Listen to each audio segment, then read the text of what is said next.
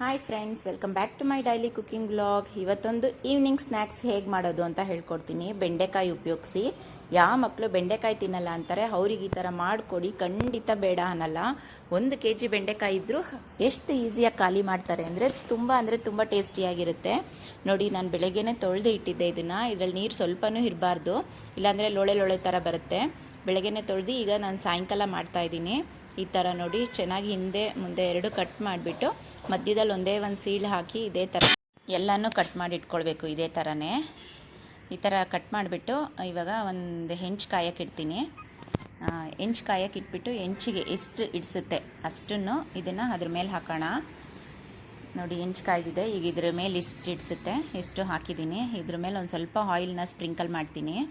Sprinkle ಮಾಡಿಬಿಟ್ಟು ಇದನ್ನು ಬೇಯೋದಕ್ಕೆ ಬಿಡೋಣ. ಅಂದರೆ ಇದು ಸ್ವಲ್ಪ ನಿಧಾನ ಬೇಯೋದು, ಹೈ ಫ್ಲೇಮಲ್ಲಿ ಬೇಯಿಸಬಾರ್ದು. ಇದನ್ನ ಲೋ ಟು ಮೀಡಿಯಮ್ ಫ್ಲೇಮಲ್ಲಿ ಇಟ್ಟು ನಿಧಾನಕ್ಕೆ ಕುಕ್ ಮಾಡಬೇಕು. ಚೆನ್ನಾಗಿರುತ್ತೆ, ತುಂಬ ಟೇಸ್ಟಿಯಾಗಿರುತ್ತೆ. ಇದಕ್ಕೇನು ಜಾಸ್ತಿ ಏನು ಬೇಡ, ಉಪ್ಪು ಖಾರ 2 ಇದ್ದರೆ ಸಾಕು.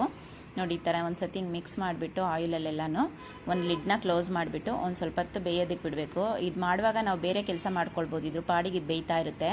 ಇದು ಸ್ವಲ್ಪ ನಿಧಾನ ಬೇಯೋದು, ಅದರಿಂದ ಈ ಥರ ಮಾಡಿಬಿಟ್ಟು ಇದಕ್ಕೆ ಇವಾಗ ಉಪ್ಪು ಹಾಕೋಣ. ಉಪ್ಪು ಹಾಕಿದ್ರೆ ಇವಾಗಲೇ ಉಪ್ಪು ಹಾಕಿದ್ರೆ ಬೆಂಡೆಕಾಯಿಗೆ ಚೆನ್ನಾಗಿ ಉಪ್ಪು ಹಿಡಿಯುತ್ತೆ.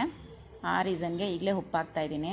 ಉಪ್ಪು ಹಾಕ್ಬಿಟ್ಟು ಮತ್ತೆ ಲಿಡ್ನ ಕ್ಲೋಸ್ ಮಾಡಿಬಿಟ್ಟು ಇನ್ನೊಂದು ಸತಿ ಇದನ್ನು ಬೇಯೋದಕ್ಕೆ ಬಿಡೋಣ. ಅಂದರೆ ಇದು ತುಂಬ ನಿಧಾನ ಬೇಯೋದಿದು, ತುಂಬ ಬೇಗ ಆಗಲ್ಲ. ತುಂಬ ಹೈ ಫ್ಲೇಮಲ್ಲಿ ಇಟ್ಟು ಬೇಗ ಬೇಯಿಸಬೇಡಿ, ಸೀದೋದಂಗೆ ಆಗುತ್ತೆ, ಒಳಗಡೆ ಬೆಂದಿರಲ್ಲ, ಮೇಲೆ ಸೀದೋದಂಗೆ ಆಗಿಬಿಡುತ್ತೆ. ಅದಕ್ಕೆ ಲೋ ಟು ಮೀಡಿಯಮ್ ಫ್ಲೇಮಲ್ಲಿ ಇಟ್ಬಿಟ್ಟು ನಿಧಾನಕ್ಕೆ ಕುಕ್ ಮಾಡ್ಕೊಳ್ಳೋಣ ಇದನ್ನ. ಇದೇನಿಲ್ಲ ಅಂದರೂ ಒಂದು 10 ಮಿನಿಟ್ಸ್ ಆದರೂ ತೊಗೊಳುತ್ತೆ. ನೋಡಿ, ಇಷ್ಟು ಆಗಬೇಕು. ಈ ಥರ ಫ್ರೈ ಆಯಿತು ಅಂದರೆ ಇದು ಇವಾಗ ಸ್ಟವ್ ಫ್ಲೇಮ್ನ ಆಫ್ ಮಾಡಿಬಿಟ್ಟಿದ್ದೀನಿ. ಆಫ್ ಮಾಡಿಬಿಟ್ಟು ಚಿಲ್ಲಿ ಪೌಡರ್ ಹಾಕೋಣ, ಇಲ್ಲಾಂದರೆ ಘಾಟಾಗಿಬಿಡುತ್ತದು.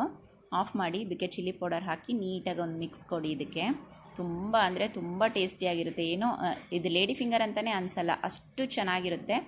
ತುಂಬ ಕ್ರಿಸ್ಪಿಯಾಗೂ ಇರಲ್ಲ, ತುಂಬ ಸಾಫ್ಟಾಗೂ ಇರಲ್ಲ. ಈವ್ನಿಂಗ್ ಸ್ನ್ಯಾಕ್ಸಿಗಂತೂ ಸೂಪರಾಗಿರುತ್ತೆ. ನೀವೊಂದು ಸತಿ ಟ್ರೈ ಮಾಡಿ, ಹೇಗಿತ್ತು ಅಂತ ಕಮೆಂಟ್ ಮಾಡಿ. ಇದೇ ಥರ ಈಸಿ ರೆಸಿಪೀಸ್ಗಾಗಿ ನನ್ನ ಪೇಜ್ನ ಸಬ್ಸ್ಕ್ರೈಬ್ ಮಾಡ್ಕೊಳ್ಳೋದು ಮಾತ್ರ ಮರಿಬೇಡಿ. ತುಂಬ ಟೇಸ್ಟಿಯಾಗಿರುತ್ತೆ. ಒಂದೇ ಒಂದು ಸತಿ ಟ್ರೈ ಮಾಡಿ ನೋಡಿ, ಹೇಗಿತ್ತು ಅಂತ ಹೇಳಿ. ನೋಡಿ, ನಾನು ಸ್ಟವ್ ಫ್ಲೇಮ್ನ ಆಫ್ ಮಾಡಿದ್ದೆ. ಆಫ್ ಮಾಡಿಬಿಟ್ಟು ಚಿಲ್ಲಿ ಪೌಡರ್ನ ಮಿಕ್ಸ್ ಮಾಡಿಬಿಟ್ಟು ಈ ಥರ ನೋಡಿ ಎಷ್ಟು ಚೆನ್ನಾಗಿ ಬಂದಿದೆ ಅಂತ. ಜಾಸ್ತಿ ಕ್ರಿಸ್ಪಿ ಇರಲ್ಲ, ಇದಕ್ಕೆ ಆಯಿಲು ಜಾಸ್ತಿ ತೊಗೊಳ್ಳೋದಿಲ್ಲ.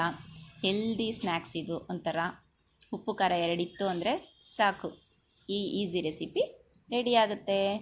ಇದೇ ಥರ ಈಸಿ ರೆಸಿಪೀಸ್ಗಾಗಿ ನನ್ನ ಪೇಜ್ನ ಸಬ್ಸ್ಕ್ರೈಬ್ ಮಾಡ್ಕೊಳ್ಳಿ. Thank you for watching.